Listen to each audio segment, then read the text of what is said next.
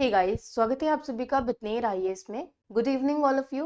उम्मीद है आप सभी लोग एकदम बढ़िया होंगे एंड मैं भी एकदम बढ़िया हूँ।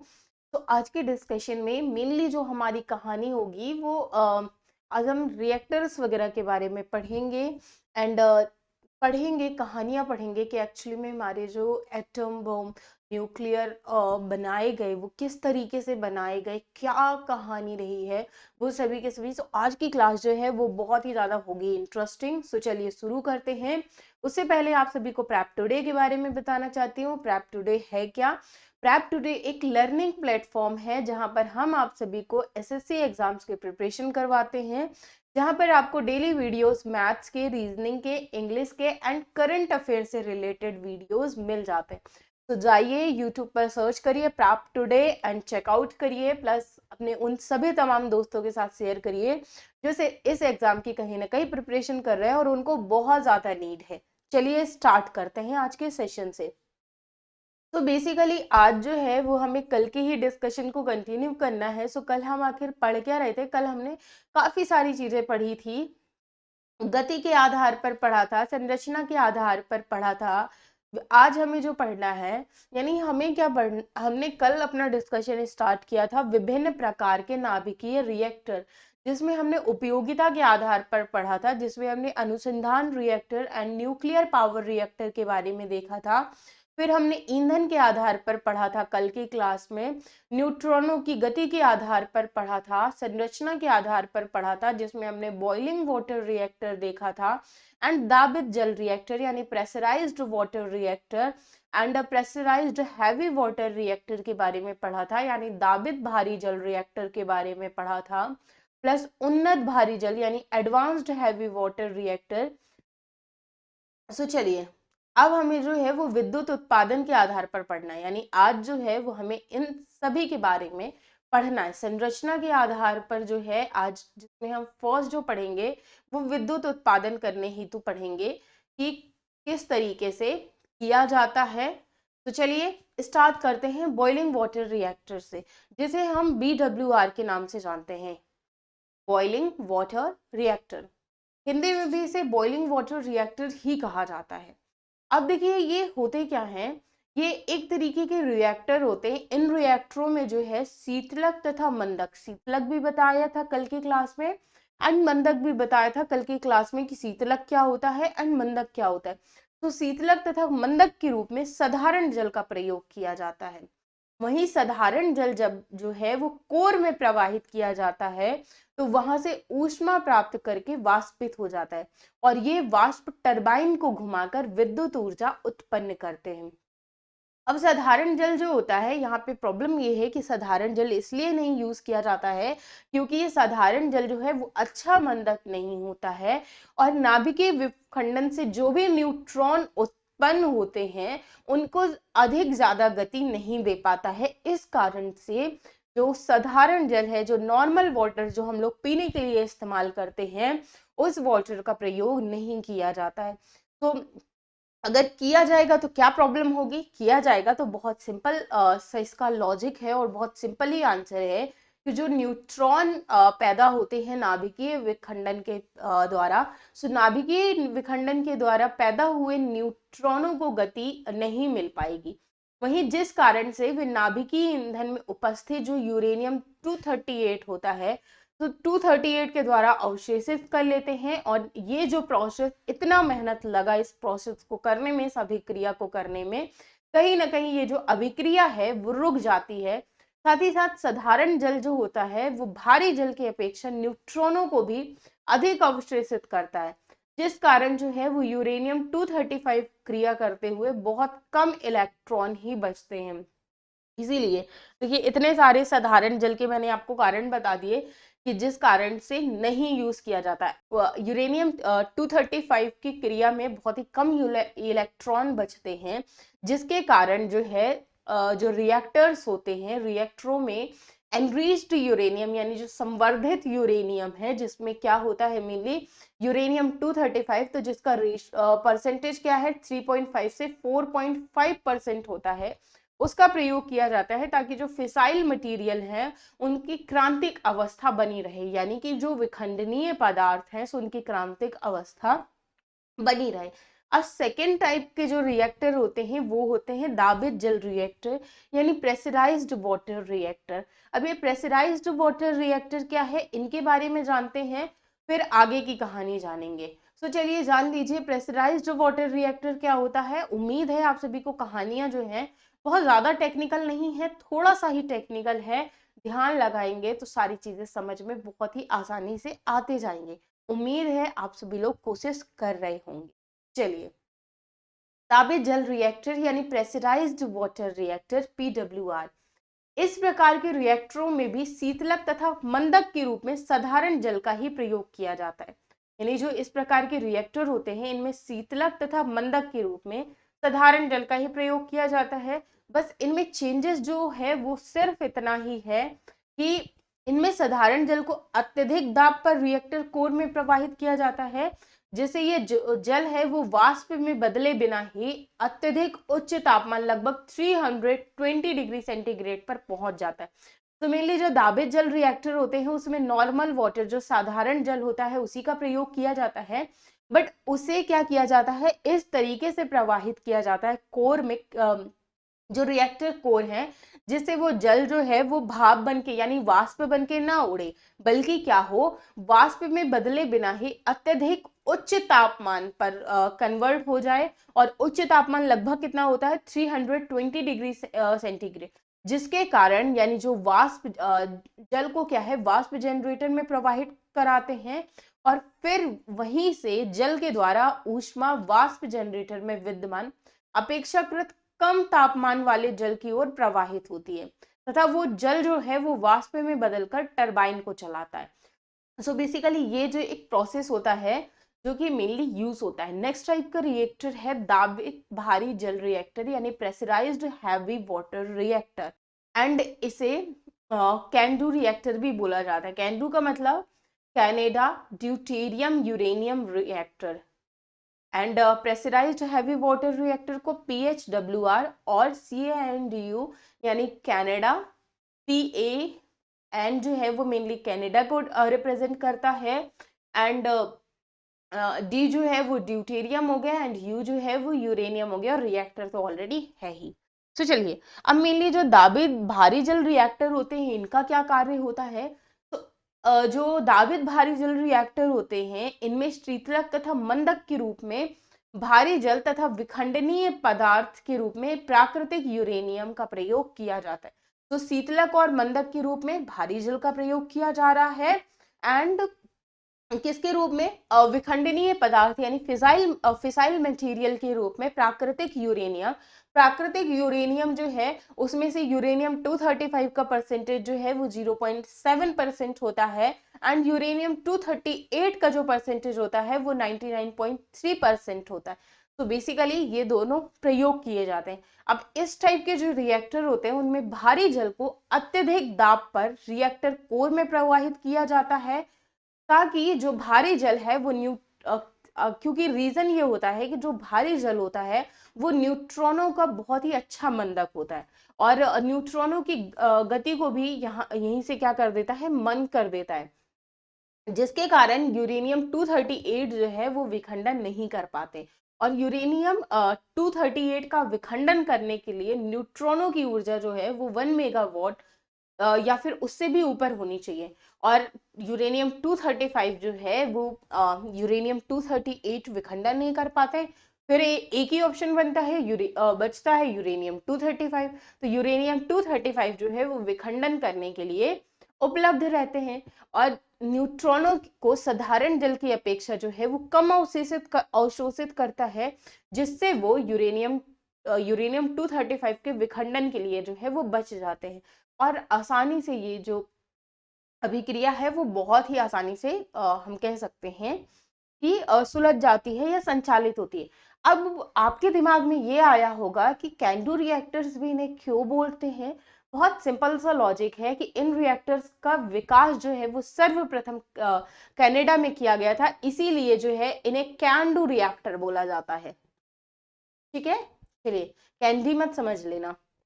नेक्स्ट टाइप के रिएक्टर आ जाते हैं उन्नत भारी जल रिएक्टर यानी advanced heavy water reactor, AHWR। अब ये किस टाइप के रिएक्टर्स होते हैं, तो चलिए अब इनके बारे में भी देखते हैं।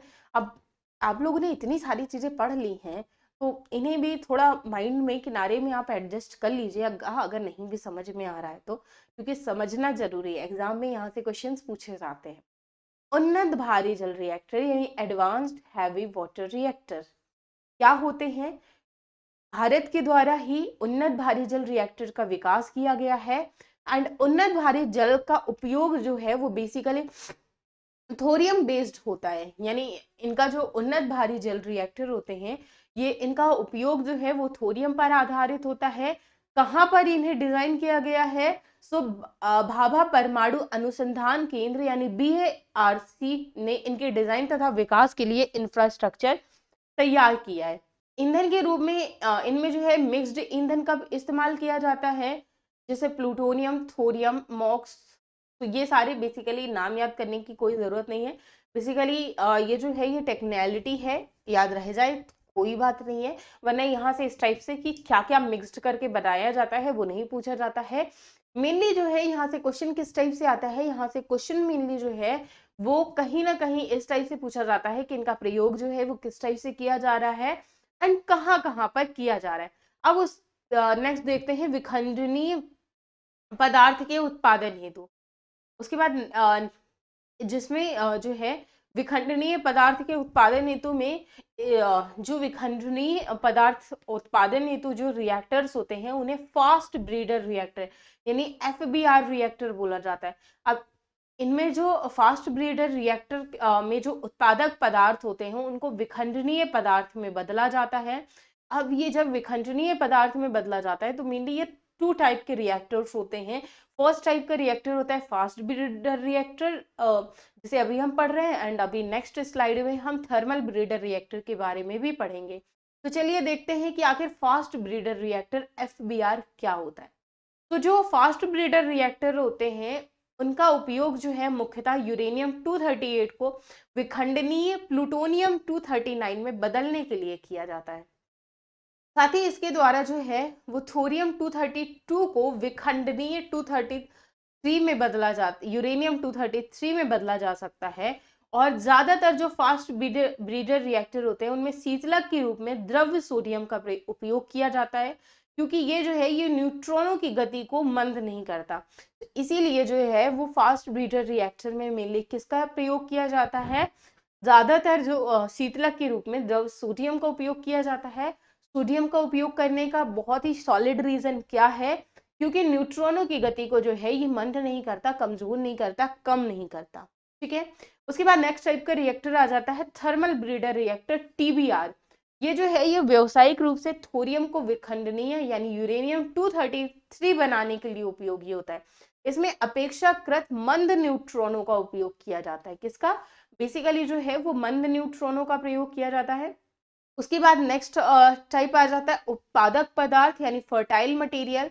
तो फर्टाइल मटेरियल की अगर हम बात करें तो ये पदार्थ जो है जिसको सीधे नाभिकीय ऊर्जा उत्पादन के लिए प्रयोग नहीं किया जा सकता, बट इनको जो है वो फास्ट ब्रीडर रिएक्टर द्वारा विखंडनीय पदार्थ में बदला जा सकता है।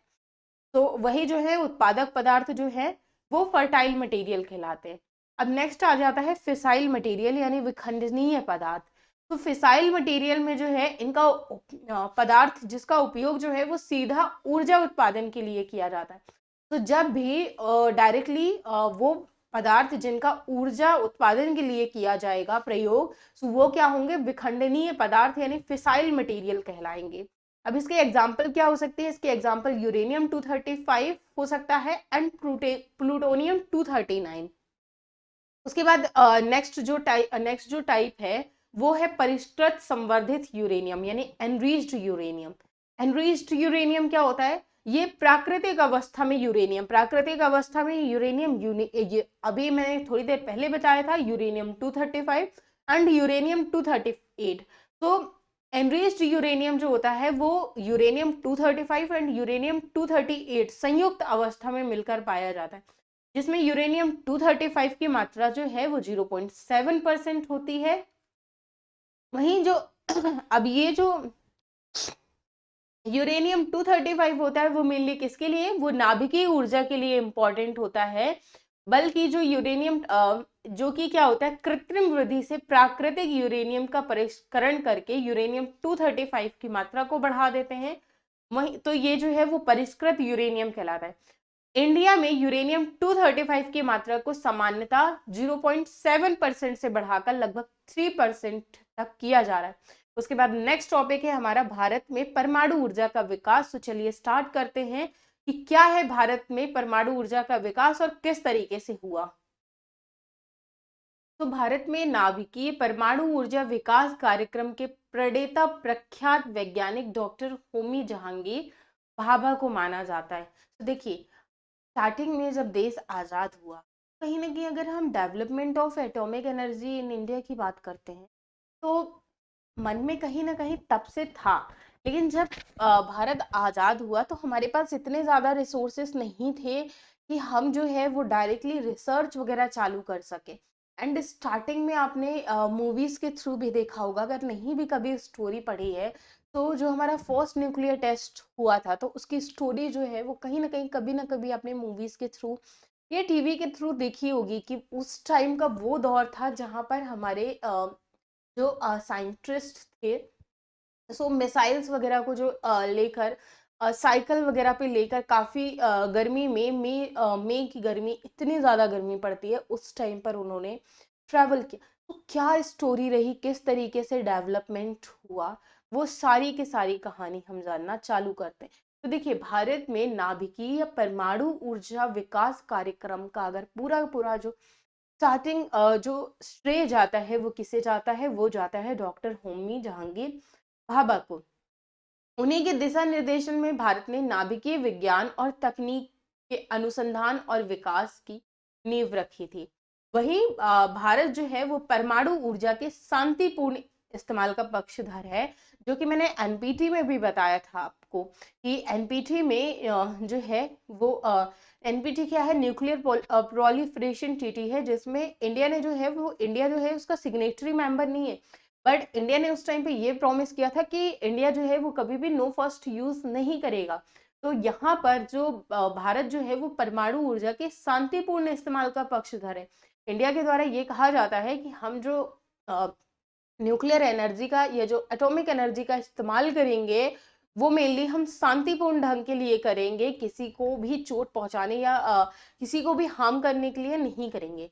1948 में परमाणु ऊर्जा विधेयक यानी एटॉमिक एनर्जी बिल पारित करके उसमें जो है परमाणु अनुसंधान को शांतिपूर्ण उद्देश्यों के लिए 1948 में ही समर्पित कर दिया गया था। ये कहा गया था कि ये जो है ये शांतिपूर्ण उद्देश्यों के लिए या शांतिपूर्ण कार्य के लिए जो है वो समर्पित रहेगा।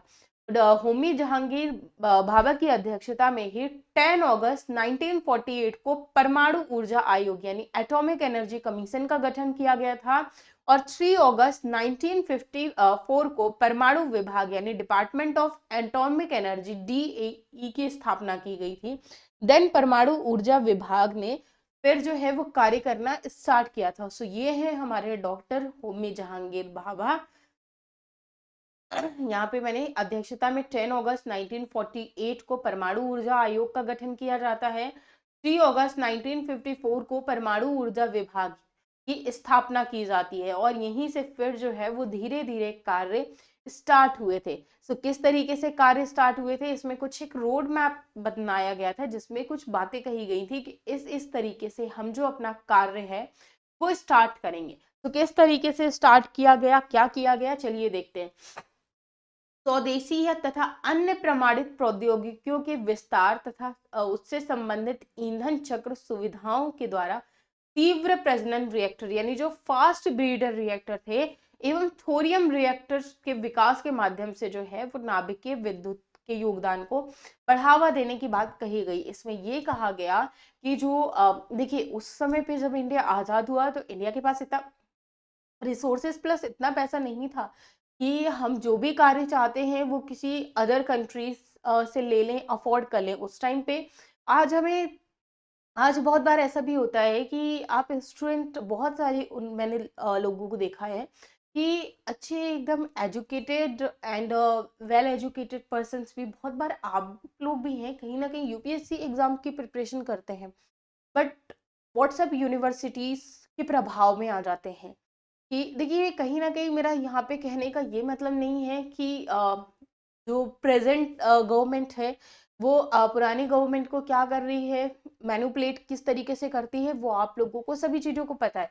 एंड मेरा यहाँ पे कोई उस तरीके का मोटिव भी नहीं है ये कहने का, बट मेरा कहने का मतलब सिर्फ इतना है कि जब भी आप कभी कुछ बोलते हैं या कुछ कहते हैं, तो आप उसे सोच समझ कर बोलिए, पहले उसके पीछे का तर्क जानिए कि एक्चुअल में इसमें लॉजिक क्या है, पहले उसे जानिए समझिए और फिर बोलिए। क्योंकि कहीं ना कहीं आप देश की एक सबसे जो प्रशिक्षित सर्विस है, एक कह सकते हैं कि रेपुटेटेड सर्विस है, उसके लिए आप उस एग्जाम की प्रिपरेशन कर रहे हैं, तो जानिए कहानी। व्हाट्सएप यूनिवर्सिटीज में मत रहिए, क्योंकि व्हाट्सएप यूनिवर्सिटीज के अगर प्रभाव में रहेंगे, कल को मान लीजिए कि बहुत बार ऐसा होता है कि जो सामने वाला बंदा है या बंदी है, बहुत अच्छे से सारी चीज अपने सब्जेक्ट की नॉलेज है सारा कुछ, बट फिर भी इंटरव्यू में रिजेक्ट हो जाते हैं। कोई नहीं बताएगा, बट रीजन बता रही हूँ, बहुत बार ऐसा होता है कि हमारी जो आइडियोलॉजी होती है वो, देखिए जब आप इंटरव्यूअर के सामने जा रहे हैं ना, ना ही आपको किसी का पक्षधर बन के जाना है, ना ही आपको किसी का विरोधी बन के जाना है, आपको सिर्फ जो है वो लॉजिक के आधार पर बात करनी है। क्योंकि वहां जो बैठे हुए ना, वो आप जैसे ही हजारों लोगों का इंटरव्यू ले चुके हैं, हजारों लोगों से मिल चुके हैं, देख चुके हैं। एंड कोई इंटरव्यूअर पैनल जो होता है वो 20-21 साल का नहीं होता, अच्छे खासे एक वेल एक्सपीरियंस्ड पर्सन होते हैं, पूरी लाइफ जो है वो देख चुके होते हैं, उन्होंने बहुत सारी चीजें देखी हुई हैं। इसीलिए कह रही हूँ, क्योंकि देखिए कहीं ना कहीं गवर्नमेंट्स का काम ही होता है कि एक आएगी, एक जाएगी, अगली नेक्स्ट गवर्नमेंट आएगी, नेक्स्ट गवर्नमेंट आएगी। काम जो है वो जितना करेंगे नहीं करेंगे वो एक अलग मुद्दा है, बट किसी ना किसी को वो टारगेट करेंगे ही करेंगे। बट जब कहीं ना कहीं हम इसकी बात करते हैं डेवलपमेंट की, कि हुआ नहीं हुआ ये पूरी इस गवर्नमेंट की गलती है या उस गवर्नमेंट की गलती है, तो सोशल मीडिया के प्रभाव में आकर मत बोलिए, पढ़िए, समझिए और फिर बोलिए। अगर देखिए हिस्ट्री में जैसे हम जब स्टार्टिंग वाले फेज में देखते हैं कि जैसे एक कृषि के लिए क्रांति आई, फिर लोगों ने विरोध करना चालू किया, तो सेम वैसे ही होता है कि जब तक आपका जो पेट है अगर वो भरा हुआ नहीं रहेगा, तो आप कुछ और चीज के लिए नहीं सोचेंगे। तब आपका मोटिव सिर्फ ये होगा कि आपको 2 वक्त की रोटी जो है वो किसी भी तरीके से आप कुछ ऐसे कार्य कर लें जिससे आपको 2 वक्त की रोटी मिल जाए। एंड जब आपका पेट भरा हुआ होगा, आपके पास इतना है कि आपको अब जब अभी आपने सुबह के लिए खा लिया, आपके पास इतना भी है सरप्लस में कि आप शाम को भी खा लें, आने वाले 2 दिन के लिए भी खा लें, तब आप नेक्स्ट डे सोचना चालू करेंगे। तो जब देश आजाद हुआ था तो कुछ ना कुछ कुछ इसी तरीके की कंडीशन थी, इसीलिए ये जो प्रोग्राम्स हैं वो इतना ज्यादा जल्दी स्टार्ट नहीं किए गए। एंड उस समय पे भी ये मोटिव रखा गया कि हम स्वदेशी एंड जो हमारे पास रिसोर्सेस है, जो मटेरियल है, हम उसी में कुछ करना चालू करते हैं, ताकि हमें बहुत ज़्यादा इन्वेस्टमेंट्स ना करने पड़े, बहुत कम इन्वेस्टमेंट्स करके भी हम अच्छे रिजल्ट पा सकें। तो उसी टाइम पे स्वदेशी और अन्य प्रमाणित प्रौद्योगिकियों के विस्तार के साथ ही संबंधित ईंधन चक्र सुविधाओं के द्वारा तीव्र प्रजनन रिएक्टर यानी फास्ट ब्रीडर रिएक्टर और थोरियम रिएक्टर्स के विकास के माध्यम से ही नाभिकीय विद्युत के योगदान को बढ़ावा देने की बात की गई। वहीं रेडियो समस्थानिकों के उत्पादन के लिए अनुसंधान रिएक्टरों का निर्माण और प्रचालन तथा चिकित्सा, कृषि एवं उद्योग के क्षेत्रों में बात की गई कि इस प्रौद्योगिकी का जो है वो विकास किया जाएगा, ताकि जो लोग हैं, कहीं ना कहीं ये प्रौद्योगिकी का हमारा सुरक्षा के मोटिव तो था ही, बट ये भी था कि उससे जो है हम अपनी कृषि, उद्योग, चिकित्सा, इन सभी को किस तरीके से बढ़ा सके, ताकि लोग जो हैं वो, अब देखिए जब जो व्यक्ति होगा कोई भी, वो किसी भी तरीके से बीमार नहीं होगा, एकदम फिट होगा, तंदुरुस्त होगा, तो जो भी उसे कार्य दिया गया है वो एक्स्ट्रा एनर्जी के साथ बहुत ही अच्छे से और कम टाइम में कंप्लीट करके दे पाएगा। और जब कम टाइम में वो कार्य कंप्लीट होगा तो कहीं ना कहीं इकोनॉमिकली बेनिफिट भी होगा ना। तो इसी तरीके से एक कार्य करने का सोचा गया है। वहीं एसिलेटर्स यानी त्वरको, लेजरों, सुपर कंप्यूटर, जो एडवांस्ड टाइप के जो भी मटेरियल्स थे, उनका विकास करना तथा औद्योगिक क्षेत्र में प्रौद्योगिकी अंतरण को प्रोत्साहित करना, ये एक रोड मैप बनाया गया था उस उस टाइम पे, जिसमें कहीं ना कहीं आज भी बहुत बार ऐसा हम देखते हैं कि कार्य चल रहा है या उस टाइम के कार्य चालू किए हुए आज कहीं ना कहीं कंप्लीट होते दिखते हैं। तो वही नाभिकीय ऊर्जा तथा विज्ञान से संबंधित क्षेत्रों में मूलभूत अनुसंधान करना, विश्वविद्यालयों तथा शैक्षणिक संस्थानों के बीच इस क्षेत्र में अनुसंधान हेतु संवाद को बेहतर बनाना, परमाणु ऊर्जा विभाग के कार्यक्रम से संबंधित अनुसंधान एवं विकास परियोजनाओं को सहायता देना और अनुसंधान से संबंधित उन्नत क्षेत्रों में अंतरराष्ट्रीय सहयोग को बढ़ावा देना। ये उस टाइम पे रोड मैप तैयार किया गया था। वहीं राष्ट्र की सुरक्षा में भी योगदान प्रदान करना। उसके बाद आप चरण देखते हैं। नाभिकीय या परमाणु ऊर्जा कार्यक्रम के अलग अलग प्रोसेस थे, यानी प्रथम चरण हो गया, द्वितीय चरण हो गया, तृतीय चरण। तो किस तरीके से ये कार्य जो थे वो स्टार्ट किए गए थे, अब उन सभी की कहानी देखते हैं। तो देखिए, अब भारत में अगर दीर्घकालिक ऊर्जा आवश्यकताओं को सुनिश्चित करने का उद्देश्य जो है वो 1950 के टाइम पीरियड में ही शुरू किया गया था। एंड किसके द्वारा? डॉक्टर होमी जहांगीर भाभा के द्वारा। तो डॉक्टर होमी जहांगीर भाभा ने मेनली 3 चरण डिसाइड किए थे। प्रथम चरण, द्वितीय चरण एंड तृतीय चरण। प्रथम चरण में क्या था, द्वितीय चरण एंड तृतीय चरण, इनमें सभी के बारे में। सो मेनली ये जो है ये परमाणु कार्यक्रम की एक नींव रखी गई थी। उसी के इसके लिए जो है वो दक्षिण भारत के समुद्र तटीय इलाकों को चुना गया था, क्योंकि वहां पर जो है वो मोनाजाइट रेत में पाए जाने वाले जो थोरियम के प्रचुर भंडार का उपयोग वहीं पर किया जाना था। इसीलिए जो है वो दक्षिण भारत का इलाका चुना गया था। मेनली अगर हम थोरियम के भंडारों, मेनली यहाँ पे इंडिया में थोरियम के भंडारों के जरिए भारत में ऊर्जा उत्पादन को आत्मनिर्भर बनाने का लक्ष्य रखा गया था। इसका रीजन ये था कि विश्व का कुल जो थोरियम भंडार है वो इंडिया में ही 25% है। तो जितना भी पूरे वर्ल्ड में थोरियम पाया जाता है, तो थोरियम का ओनली 25% जो है वो इंडिया में ही पाया जाता है। वहीं यूरेनियम के भंडार जो है वो विश्व में लगभग मान लीजिए कि कुल भंडारों के महज 1 से 2% ही है। तो इसीलिए जो है वो यूरेनियम का इस्तेमाल ना करके यहाँ पे सोचा गया कि हमारे पास थोरियम जो ऑलरेडी अवेलेबल है, तो थोरियम से कार्य स्टार्ट करते हैं, कुछ ना कुछ करते हैं, शायद कुछ हो जाए। तो परमाणु ऊर्जा कार्यक्रम का लक्ष्य रखा गया।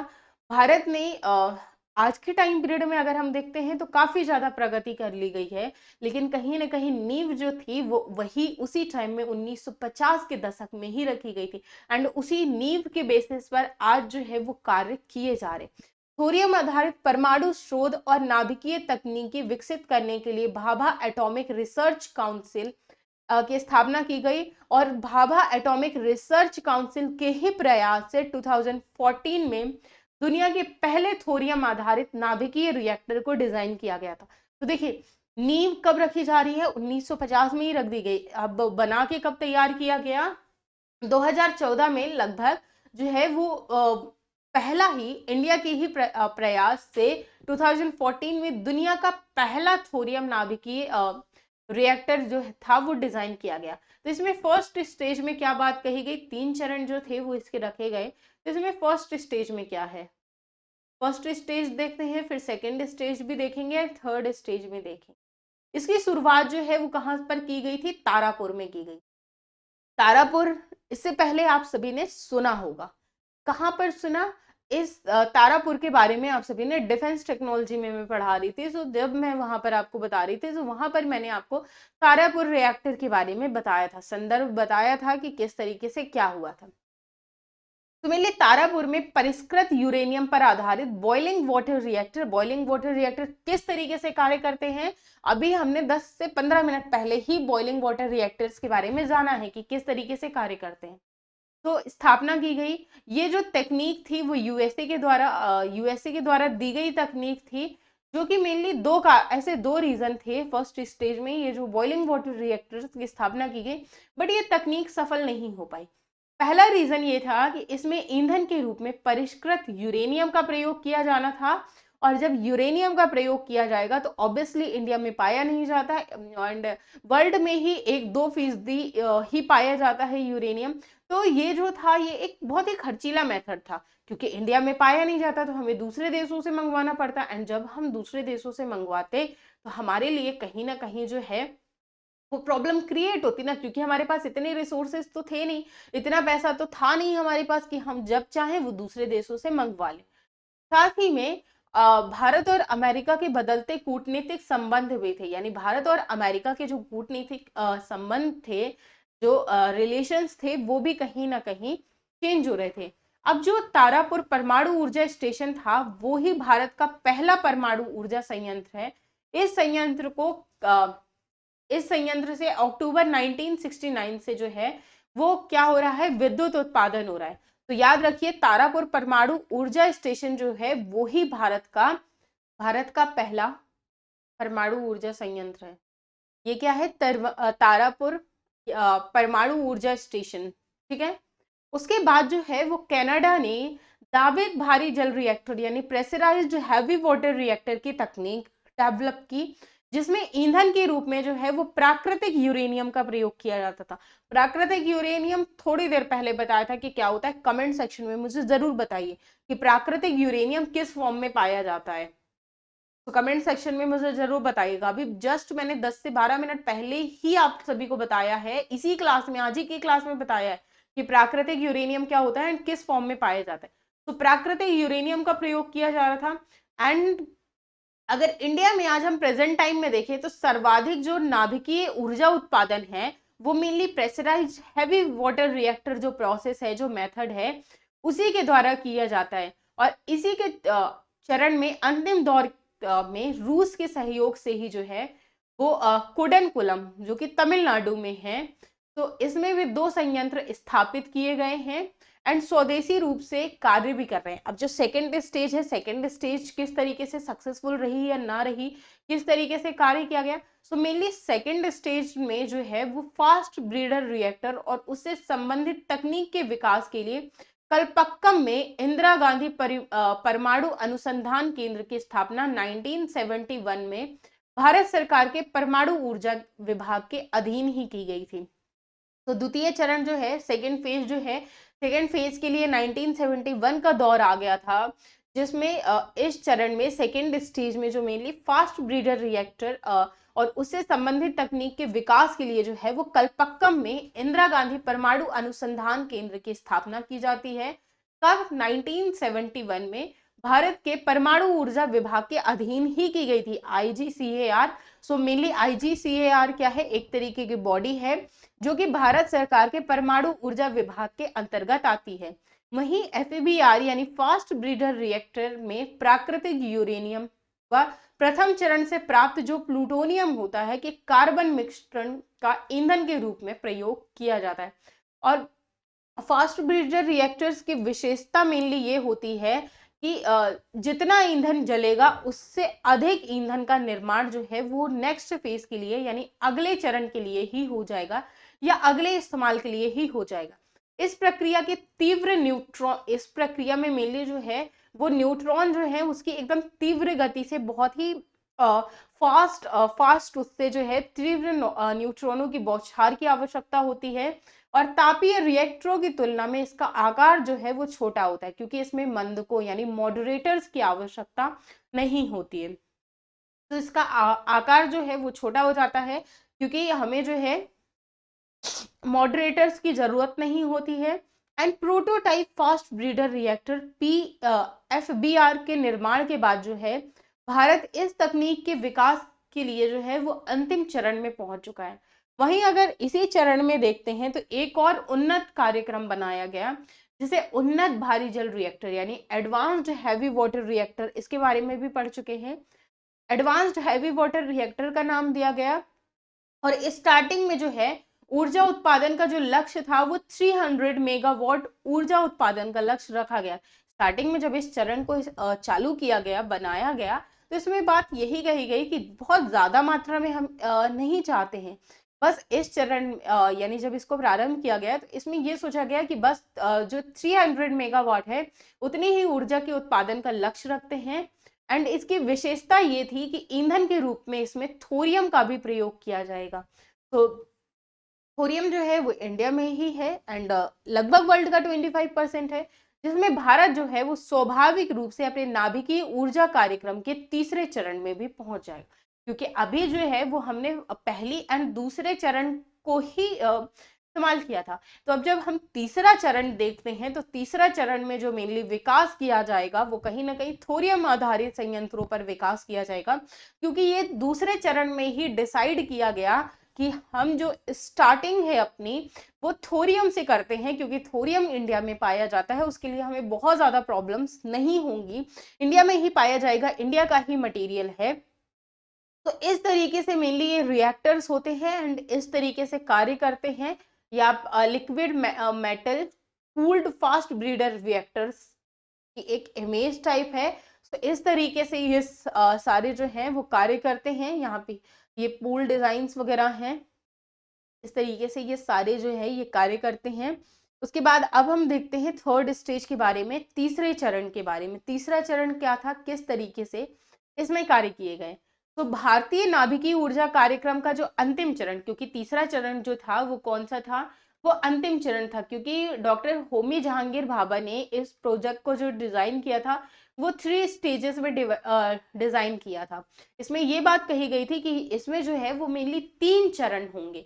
तो 3 चरणों में ये जो है ये अंतिम चरण है, और इसमें अंतिम चरण में थोरियम आधारित संयंत्र के विकास करने की बात कही गई, क्योंकि प्रॉब्लम ये थी कि थोरियम जो है वो प्रत्यक्ष नाभिकीय ईंधन नहीं है, बट नाभिकीय अभिक्रिया से थोरियम 232 को यूरेनियम 233 में बदला जा सकता है, और फिर जो है ये नाभिकीय यानी उपयोगी नाभिकीय ईंधन जो है वो इंडिया के लिए साबित हो सकता है, क्योंकि थोरियम इंडिया में काफी ज्यादा मात्रा में अवेलेबल है। एंड अगर हमें जहां पर यूरेनियम का भी इस्तेमाल करना है, यूरेनियम की भी नीड है, तो हम कुछ ऐसी मेथड डेवलप करें, कुछ ऐसी टेक्निक्स डेवलप करें जिससे हम थोरियम को जो है वो यूरेनियम में बदल सके। तो यहाँ पे थोरियम 232 को क्या किया गया, यूरेनियम 233 में बदला गया, जो कि एक उपयोगी नाभिकीय ईंधन है।